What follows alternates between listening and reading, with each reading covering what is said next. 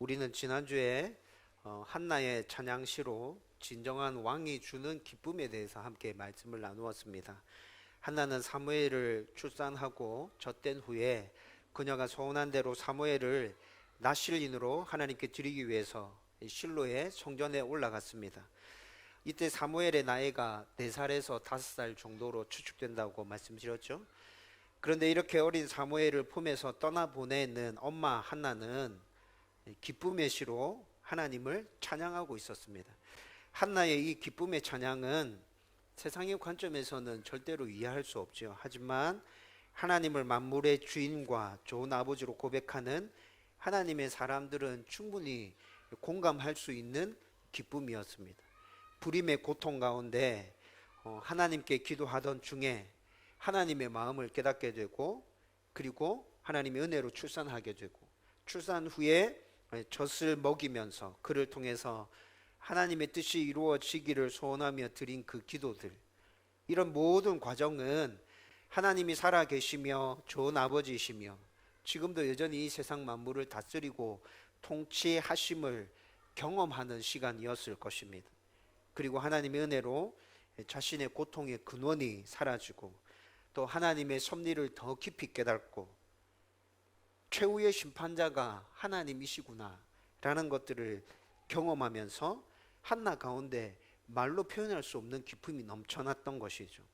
한나가 경험한 이 기쁨은 세상에서 경험할 수 없는 것이기에 사람들은 이해할 수 없죠. 그리고 사람들에게 설명해봐야 그 사람들이 이 기쁨이 무슨 기쁨이냐라고 말하게 될 것입니다. 그러나 하나님을 알고 있는 우리들은 이 기쁨의 근원이 기쁨의 그 자체이신 하나님으로부터 비롯되어지는 진정한 기쁨이라는 것을 우리는 알고 있죠.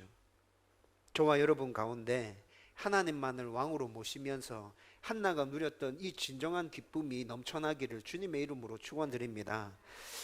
오늘 이제 여러분들과 함께 주신 본문으로 함께 또 하나님의 말씀을 나누도록 하겠습니다. 제가 개척하기 전에 사역했던 호산나 교회에서 아주 오랫동안 크루스웨이라는 성경 공부를 가르쳤었습니다. 크루스웨이 성경 공부는 창세기부터 요한계시록까지 성경 전체에 흐르고 있는 우리의 구원을 이루기 위한 하나님의 일하심, 그것이 어떻게 시대마다 어떤 사람들을 통해서 계속 진행되어져 왔는가를 살펴보는 성경 공부였습니다. 여러분, 성경은 1600여 년 동안 40여 명의 저자들에 의해서 기록되었는데, 우리를 구원하시기 위한 하나님의 일하심이 성경 전체에 일관되고 질서정연하고 논리적이고 통일성 있게 흘러가고 있습니다. 여러분, 이것은 사람의 생각과 논리로는 설명이 안 되는 것이죠. 시간적인 차이가 1600년이 난다고요. 한 사람이 기록한 것도 아니고 40여 명의 저자들이 기록한 것이라고요. 그런데 통일성이 있어요. 일관돼요. 논리적이에요. 질서정연해요. 그리고 구속자 하나님이 우리를 구원하시기 위해서 일한 그 역사들에 대한 것들이 쫙 펼쳐져서 그렇게 열거되어지고 있다고요. 여러분, 이것은 어떻게 설명할 수 없는 일인 것이죠. 하나님이 우리를 구원하시기 위한 일하심이라는 주제를 가지고 성경을 창세기부터 요한계시록까지 쭉 읽어 나가 보면 우리 하나님 정말 위대하시고 대단하신 분이구나, 광대하신 분이 맞구나, 전지전능하신 분 진짜 맞구나.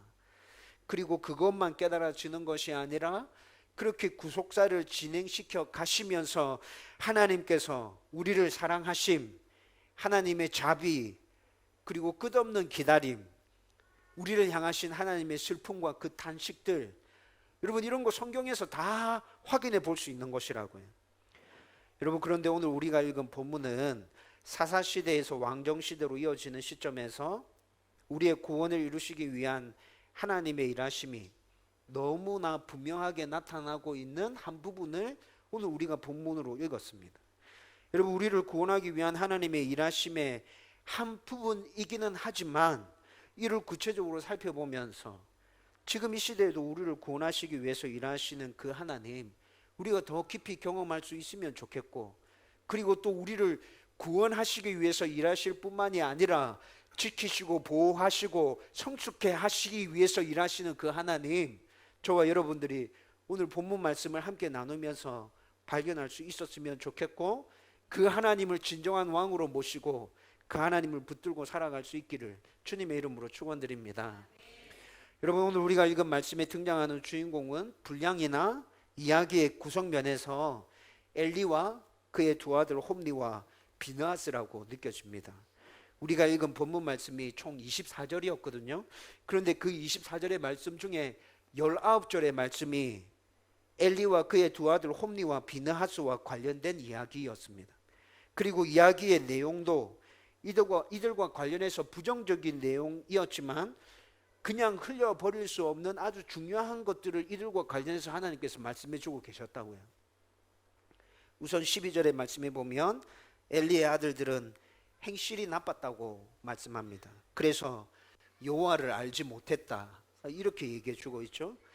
여러분, 이스라엘 민족으로서 대제사장의 아들이고 그들도 역시 제사장이고, 그런 이들이 어떻게 하나님을 알지 못했을까요? 여러분, 이거 굉장히 이해하기 어렵죠. 어떻게 그럴 수 있지? 그러나 행실이 나빴다는 것과 연결해서 하나님을 알지 못했다는 것의 의미를 같이 생각해 보면 이들은 하나님을 머리로만 알고 있었던 것 같습니다. 삶 속에서는 하나님을 경험하지 못했고, 그래서 하나님의 말씀에 순종하기보다는 자기 뜻대로 살았고, 대제사장의 아들이며 그들도 역시 제사장으로 성전에서 하나님을 예배하는 삶을 살았지만 하나님과 전혀 상관없는 예배를 드렸고, 자기의 배를 불리고 자기를 명예롭게 만드는 그 일에 포커스를 맞추고 이렇게 살아왔던 홈리와 비느하스. 여러분, 그런데 지금도 이렇게 살아가는 사람들이 되게 많습니다. 우리나라 기독교는 불행하게도 교단이 100개가 넘습니다. 교단이 100개가 넘어요. 여러분, 이렇게 된 이유는 여러 가지가 있겠지만 제가 생각해 볼 때 가장 중요한 이유는 교단의 대표격, 리더격으로 자리매김하고 있는 목사님들의 명예욕 때문이 아닐까? 저는 이렇게 생각이 들었어요. 그리고 웬만하면 교육부에서 인가받지 못해도 자기 교단 신학교를 운영해서 목사들을 배출하고 있습니다. 여러분, 이번 주 월요일 날 제가 노예 목사님들과 함께 만나서 교제하는 시간들을 가졌었는데, 여러분, 우리 노예 목사님 중에 한국교회 연합회 모임의 대표 회장이 있습니다. 여러분, 지금 그 전 목사가 주관하고 있는 한기총 말고 한기총이 이상한 방향으로 가버렸죠. 그래서 그 단체에서 탈퇴해서 새롭게 한국 교회들이 또 단체를 하나 만들었습니다. 그런데 우리 노예에 있는 어르신 목사님이 그 단체의 대표 회장을 맡고 있습니다. 그런데 그 어르신 목사님이 월요일 날 이런저런 얘기를 하시는 걸 좀 많이 얘기를 들었습니다. 여러분, 굉장히 교단 수가 많죠. 제가 100개가 넘는다 말씀드렸죠.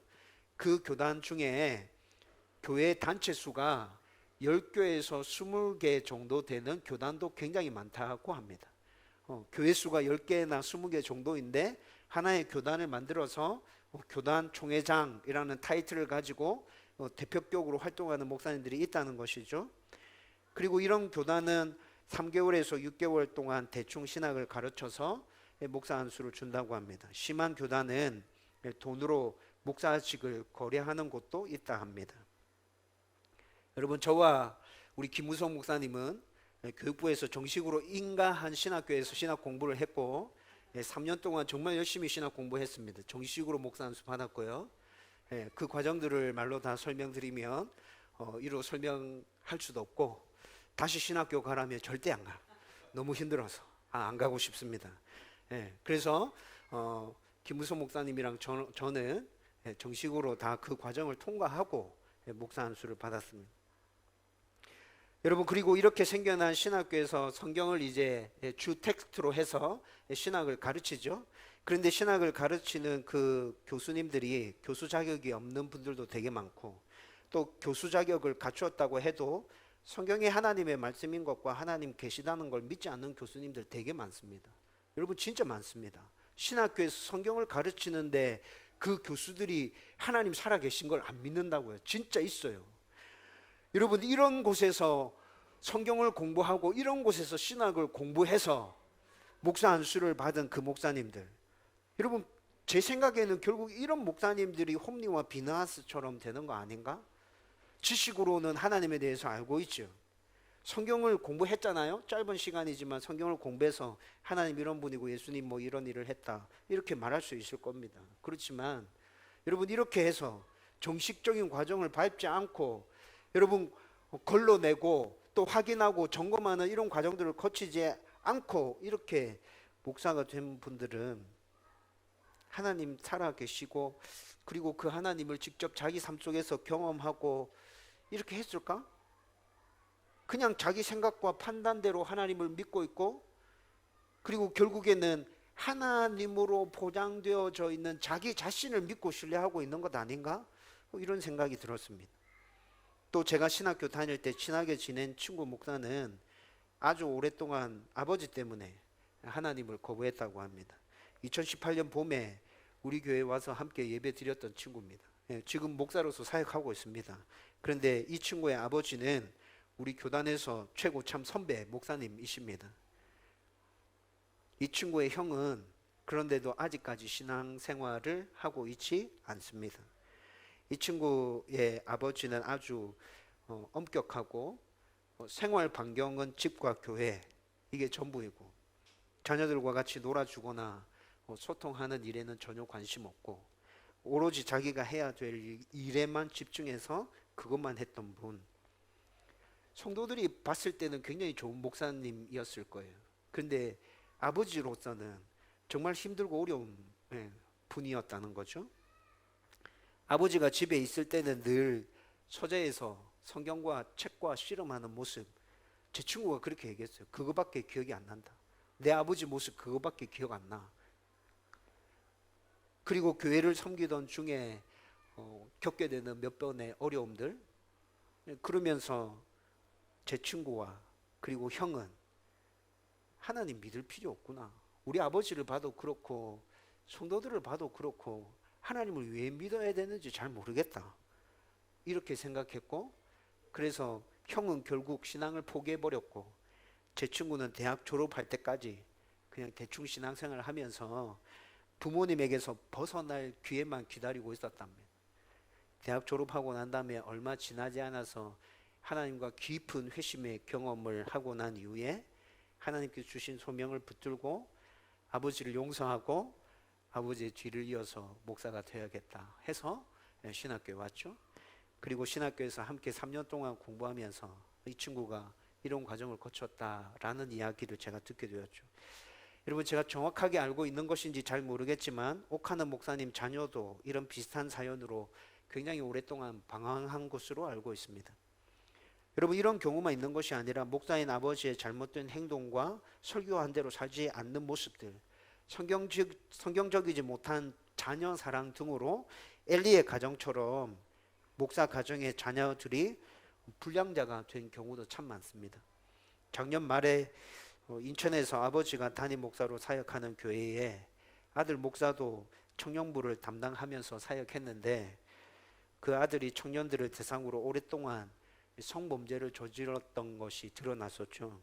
그런데 그 아버지 목사의 결정은 이 문제와 관련해서 사과하고 반성하고 아들이 합당한 처벌을 받게 하는 것이 아니라 자기와 아들을 제재할 수 있는 교단을 탈퇴했고 그리고 아들을 해외로 도피시키는 것으로 그렇게 반응을 보였습니다. 여러분 이 목사님이 어떤 삶을 살았고 어떻게 목회했는지 저는 잘 모르겠습니다. 그런데 제가 아는 분명한 한 가지는 자녀를 이렇게 사랑해서는 안 된다는 것입니다. 여러분 자기는 자녀를 사랑하고 아끼는 마음에서 이렇게 했다고 말할 거예요. 근데 이렇게 자녀를 사랑하면 그것은 오히려 더 심각하게 자녀를 망치는 것이죠. 여러분 오늘 본문에 나타나는 홈리와 비느하스의 모습들, 엘리의 모습들은 방금 제가 말한 것과 딱 맞아떨어진다고 말할 수는 없지만 여러분, 이런 모든 것들이 조금씩 다 어우러져서 오늘 홈리와 비느하스, 엘리의 모습들이 이렇게 나타나고 있는 것이 아닐까라는 생각이 들었어요. 그래서 13절에서 17절 말씀에서는 홈리와 비느하스는 하나님께 드리는 제사를 하찮게 생각하고 있고 아무렇게나 제사 지내고 있는 모습이 나타나고 있죠. 하나님께 드릴 제물의 좋은 부분을 먼저 취해서 도둑질하고 있습니다. 그리고 22절에서 23절에서는 성전에서 일하는 여인들과 성적인 범죄를 저지르고 있고요.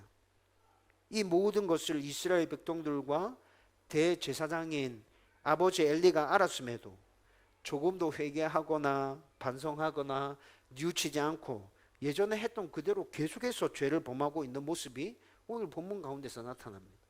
여러분, 오늘 본문 말씀 히브리어로 쭉 살펴보면 홈리와 비느하스의 죄가 단회적인 실수를 했던 죄가 아니라 상습적인 죄라는 것이 분명하게 나타납니다. 홈리와 비느하스에게는 우리가 흔히 말하는 죄책감, 부끄러움 이런 것들 전혀 없고 양심이 화인맞아서 자기들이 하는 짓이 죄라는 것도 모른 채 자신들과 이스라엘 백성들을 하나님에게로부터 계속 멀어지게 만드는 일을 하고 있는 것이죠. 또 23절에서 25절 말씀에 보면 이를 제지하고 책망하고 바르게 잡아야 할 엘리도 자녀들에 대한 자기의 책임과 의무를 다하지 못하는 모습이 나타납니다. 방금 언급한 말씀에서 엘리가 자기 아들들을 책망하고 있습니다. 그런데 말뿐인 책망인 거죠. 보여주기 위한 책망. 홈리와 비느하스가 저지른 죄는 사형이 선고된다고 해도 할 말이 없는 죄죠. 여러분, 하나님만을 섬기도록 부름받은 이스라엘 백성들, 그것도 하나님과 이스라엘 백성들을 이어주는 제사의 역할을 위해서 하나님께서 특별히 세우신 제사장이 하나님을 경멸하고 있고 이스라엘 백성들을 자기 소유처럼 생각해서 그들이 제물을 드리기 위해서 가져온 것들을 약탈하고 있지 않습니까? 그리고 이것도 모자라서 성전에서 여인들과 성적인 죄를 저지르고, 여러분, 이것은 하나님을 믿지 않는 불신앙적인 모습이고, 그리고 지금까지 이런 자에게 선고된 판결은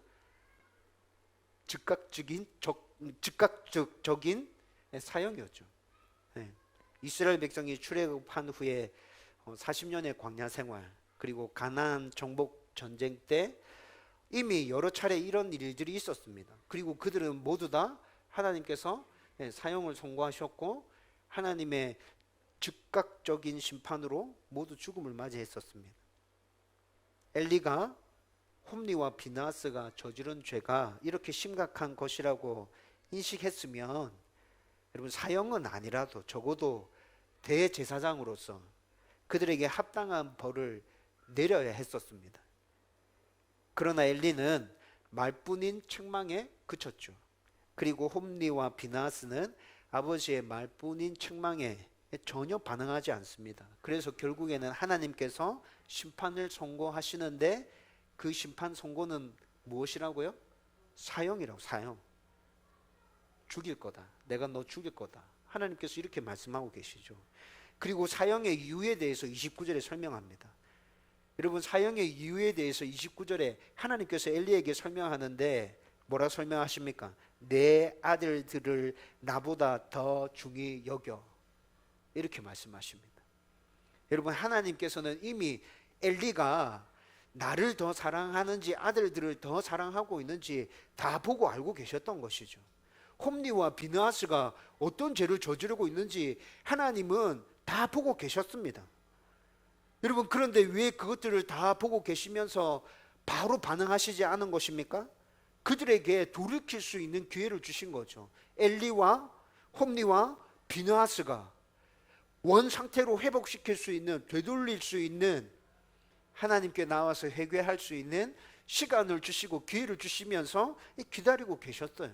그런데 그 시간과 그 기회들을 다 날려버리고 끝까지 자기 길을 걸어가는 그들을 향해서 하나님께서 개입하셔서 심판을 선고하셨는데 그 심판이 바로 사형. 너희는 사형이야. 이렇게 됐다는 것이죠. 여러분, 오늘 본문에 나타난 이런 이야기의 전개는 사사시대에서 왕정시대로 이어지는 중요한 시점에서 뭔가 일이 제대로 진행되어지지 않는다는 느낌을 계속 받게 합니다. 하나님께서 우리를 구원하시기 위한 구속사, 하나님의 일하심 계속 이어가고 있다 말씀하시는데, 아니 지금 엘리랑 홈리랑 비느하스가 제사장이 이렇게 하고 있으면 이게 지금 이어지는 게 맞아? 그런 생각이 듭니다. 오늘 본문의 상황은 사사시대 때 등장한 사사도 아무도 없고 왕도 세워지지 않은 상황이죠. 그렇다면 실제적으로 이스라엘 백성들의 지도자는 누구예요? 대제사장과 제사장들이었다고요. 그런데 이들마저 이러면 이스라엘 민족 진짜 어떻게 하란 말인 거야? 여러분, 오늘 제가 설교를 시작하면서 말했던 우리를 구원하기 위한 하나님의 일하심, 그게 진짜 이 시대에서 이어지고 있는 거야? 여러분, 이런 의문이 생깁니다. 그리고 아주 짧게 드문드문 나타나는 말씀들을 통해서 너희들이 가지고 있는 그 생각은 잘못되었어.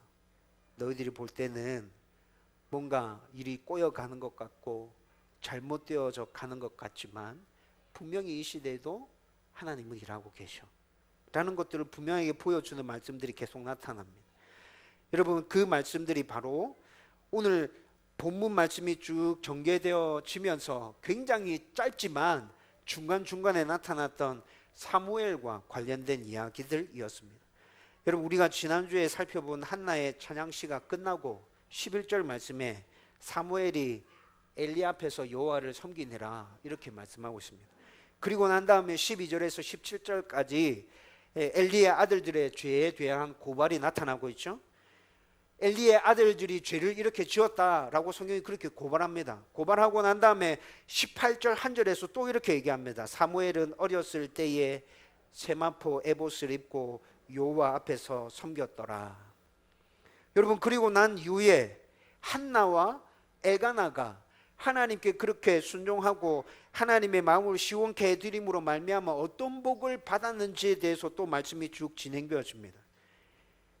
한나와 엘가나가 받은 복에 대해서 말씀이 진행되어지다가 21절 말씀에 또 사무엘 이야기가 나타납니다. 아이 사무엘은 여호와 앞에서 자라니라. 그리고 22절과 25절까지 22절에서 25절까지의 말씀은 엘리가 자기 아들들의 죄를 책망한 내용이 나타나죠. 여러분, 엘리가 자기 아들들을 책망하고 난 이후에 26절에 또 사무엘에 대한 이야기가 나타납니다. 아이 사무엘이 점점 자라매 여호와와 사람들에게 은총을 더욱 받더라. 여러분, 이 말씀은 어떤 말씀을 연상케 합니까? 누가복음 2장 40절에 예수님께서 어린 시절 사람들에게 하나님께 사랑을 받으면서 지혜와 키가 쑥쑥 자라갔다 이렇게 얘기하고 있죠. 그 말씀이랑 비슷한 말씀인 것 같지 않아요? 네, 맞아요. 그 말씀이랑 비슷한 말씀이에요. 사무엘이 이렇게 하나님의 은혜 가운데 쑥쑥 자라가고 있다고요. 여러분, 오늘 우리가 살펴보고 있는 이 본문을 다시 잘 들여다보십시오. 사무엘에 대한 이야기가 나타납니다. 그리고 엘리의 아들들에 대한 이야기가 나타났어요. 그리고 또 사무엘에 대한 이야기가 나타나요. 또 엘리의 아들들에 대한 이야기가 나타나요. 여러분, 사무엘에 대한 이야기는 굉장히 짧아요. 한 절 말씀으로 쓱쓱쓱 지나가고 있습니다. 엘리와 홈리와 비느하스에 대한 이야기가 오늘 우리가 읽었던 26절의 말씀의 전체를 다 차지하는 것처럼 느껴집니다. 그런데 여러분, 사무엘에 대한 이런 이야기들이 계속 반복적으로 짧게라도 이렇게 나타나는 이유는 뭘까요? 공의이시며 사랑이신 하나님은 우리를 구원하기 위해서 엄청난 계획을 세우시고 그 계획을 진행하는 과정에서 당신께서 찾으시는 사람이 없어서 마음 아파하셨죠. 이때 한나도 아들이 없어서 마음 아파하면서 하나님께 구하였습니다. 그러던 중에 한나가 하나님의 마음을 깨닫게 되고 자기에게 하나님이 찾으시는 그 사람을 주신다면 내가 그를 다시 하나님께 내어드리겠습니다 라고 소원함으로 사무엘이 태어나게 되죠. 그리고 사무엘이 젖된 후에 성전에서 자라기 시작하는 모습이 오늘 우리가 읽었던 본문 군데군데에서 그렇게 나타나고 있다고요. 그런데 사무엘이 성전에서 자랄 때 상황은 정말 좋지 않지 않습니까? 하나님을 온전히 예배하며 이스라엘 백성들을 잘 이끌어야 하는 대제사장과 제사장이 완전히 썩어 있죠. 결국에는 이들에 대한 하나님의 심판이 선고되는데 사형이었습니다. 썩어 있기는 했지만 하나님과 이스라엘 백성들을 이어주는 중간 역할을 했던 제사장들이 다 사라지면, 여러분, 그러면 이스라엘 백성들은 어떻게 하나님께 나아가요? 하나님께서 이루시기로 작정했던 그 구원 역사는 어떻게 진전되어져 갈 것입니까? 여러분, 이런 상황이라면 이스라엘 백성들에게 소망이 보이지 않는 상황 아닙니까? 우리를 구원하기 위한 하나님의 그 구원 계획이 있다고 말하는데 그것도 여기서 이렇게 끝나는 것처럼 보여요. 그러나 그때 사무엘은 하나님의 은혜 가운데서 하나님 앞에서 자라고 있었어요. 오늘 본문에서 사무엘이 이렇게 자라고 있다는 것을 계속 반복해서 보여주고 있지 않습니까? 여러분, 이것은 분명하게 우리에게 던져주는 메시지가 있습니다. 너희들이 볼 때 암울하게 보일지라도 나의 일은, 나의 계획은 끊어지지 않아.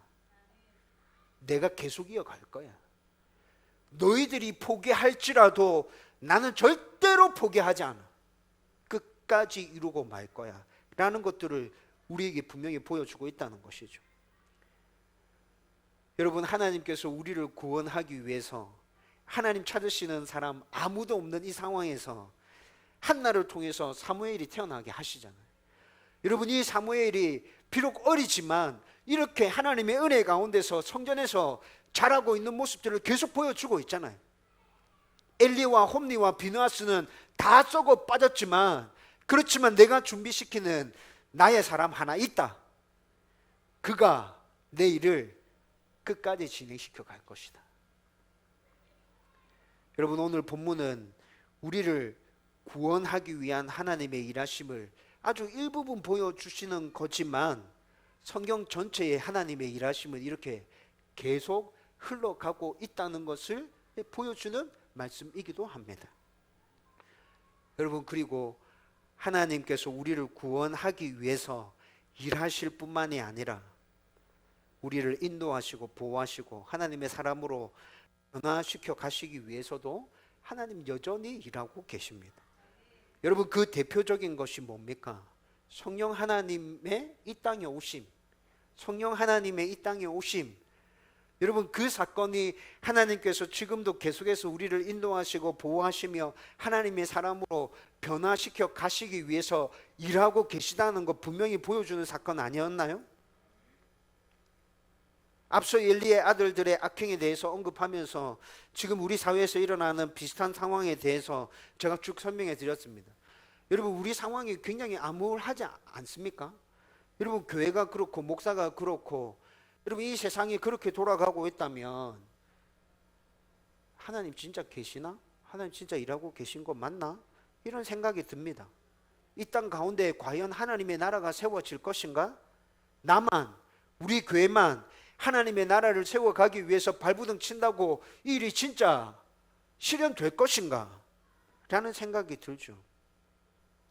하나님의 백성으로 잘 살아보기 위해서, 말씀에 순종하기 위해서 진짜 몸부림치면서 살아가는데 왜 나에게 계속 이렇게 힘들고 어려운 문제는 끊임없이 밀려오는지, 하나님 진짜 내 상황에 대해서 눈여겨 들여다보고 계시는지, 여러분, 이런 것 때문에 진짜 힘들어지고 어려워질 때 있습니다.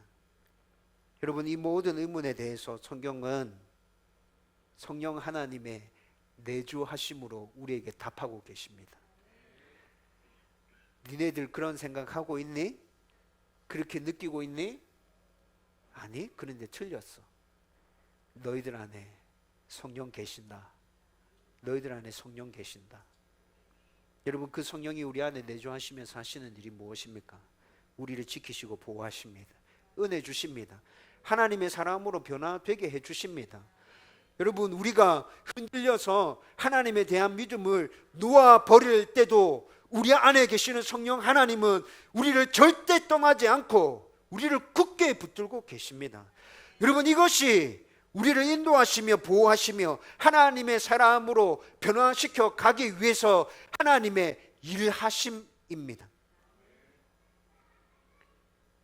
여러분, 저와 여러분들이 평상시에 아무 일 없을 때 성령 하나님 내 안에 계신다, 나를 인도하시고 보호해 주시고 내가 좋은 하나님의 사람으로 변화되도록 내 안에서 일하고 계신다, 이 믿음과 이 확신이 평상시에 저와 여러분들 안에 굳게 있었으면 좋겠어요.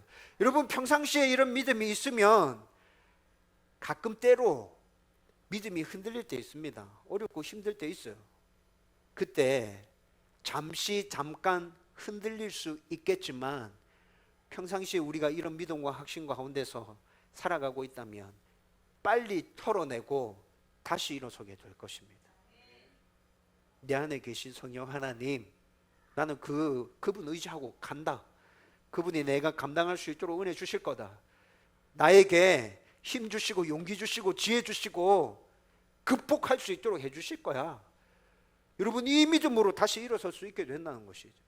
우리를 구원하기 위한 하나님의 일하심 뿐만이 아니라 이렇게 매일의 삶 가운데서 우리를 인도하시고 보호해 주시고 하나님의 사람으로 성숙되게 하시는 하나님의 일하심도 지금도 여전히 우리 가운데 일어나고 있는 것이라고요. 저와 여러분들이 오늘 말씀을 통해서 이 사실을 다시 확신하고 하나님의 그 은혜 가운데로 나아갈 수 있게 되기를 주님의 이름으로 축원드립니다. 이제 말씀을 정리하려고 합니다. 여러분, 사무엘은 사사시대와 왕정시대를 이어주는 아주 중요한 역할을 감당했던 하나님의 사람이었습니다. 여러분, 이 사무엘은 우리가 몇 주 동안 살펴봤던 것처럼 하나님의 일하심으로 이 땅에 온 하나님의 사람입니다. 그리고 하나님의 일하심 가운데 사무엘을 통해서 예수님의 육신의 조상 다윗이 왕으로 세워지는 놀라운 일들이 전개되어지죠. 여러분, 제가 룻기 강해할 때 말씀드렸습니다. 우리는 이미 성경을 들여다보고 있고, 여러분, 이 스토리가 어떻게 진행되어져 갔는지 신앙생활을 좀 오래 하신 분이면 다 알고 있죠. 그래서 뭔가 특별하게 느껴지지 않을 수도 있습니다. 늘 접해왔고 익히 알고 있고, 그래, 하나님 이렇게 했지, 이게 왜? 이렇게 반응할 수도 있어요. 여러분, 그런데 다시 곰곰이 한번 생각해 보십시오. 사무엘이 태어난 것이 그냥 그렇게 된 일 같습니까? 엘리와 홈리와 비느하스가 이렇게 썩어 빠진 시대 때 사무엘이 성전에서 그렇게 자라가고 있는 그 모습이 그냥 그렇게 진행되어진 일 같습니까? 아니요. 하나님의 일하심이었습니다.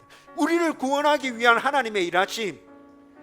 여러분, 저와 여러분들 안에 있는 성령의 내주하심이 그냥 그렇게 진행된 일 같습니까? 아니요. 우리를 인도하시고 보호해 주시고 우리를 하나님의 사람으로 성숙되게 하기 위한 하나님의 일하심입니다.